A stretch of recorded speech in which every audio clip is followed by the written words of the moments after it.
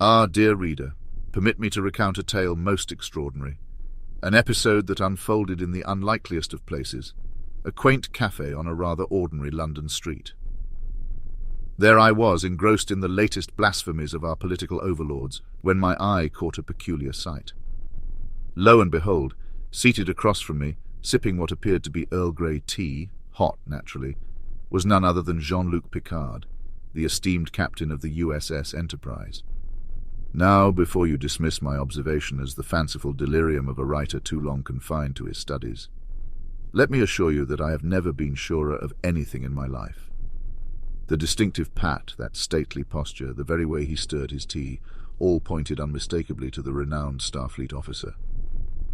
Feeling rather adventurous, and perhaps imbued with a bit of that human curiosity that has launched many a starship, I approached the gentleman.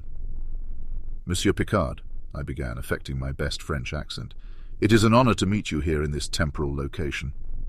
He glanced up, his eyes betraying a hint of recognition before quickly clouding with confusion. "Sir, I believe you've mistaken me for someone else." "Mistaken? Hardly," I replied, emboldened. "You are Captain Picard of the Starship Enterprise, are you not?" He chuckled, a sound oddly reminiscent of the starship's warp drive engaging. "I'm afraid, sir, you're quite wrong. I am but a humble professor from the London School of Economics." But, dear reader, I was not to be swayed. The evidence was all there in the arch of his brow, the cadence of his speech. This was Picard, and no amount of denial could convince me otherwise.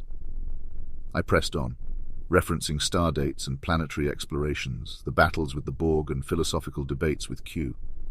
I even launched into a passionate rendition of Shakespeare, a favorite of the captain, as every Star Trek aficionado knows. The man's patience began to wear thin, and he stood up, his face flushed. "Sir, you are clearly unwell. I must insist that you leave me be." But how could I abandon such an extraordinary encounter? Was I to let Captain Picard slip away, lost forever in the crowded streets of London? No, dear reader, I could not. I followed him, a determined scribe on a quest for truth. Down the labyrinthine streets we went, a mad chase worthy of a holodeck adventure. "Captain Picard," I shouted, my voice echoing through the alleys. "I know it's you. The Prime Directive cannot silence me." Alas, he vanished, like a starship engaging its cloaking device, leaving me breathless and bewildered on a dimly lit street corner. Dear reader, the world may tell you that I encountered merely a look-alike, an earthly doppelganger of the captain. But I know what I saw, and I know who I chased.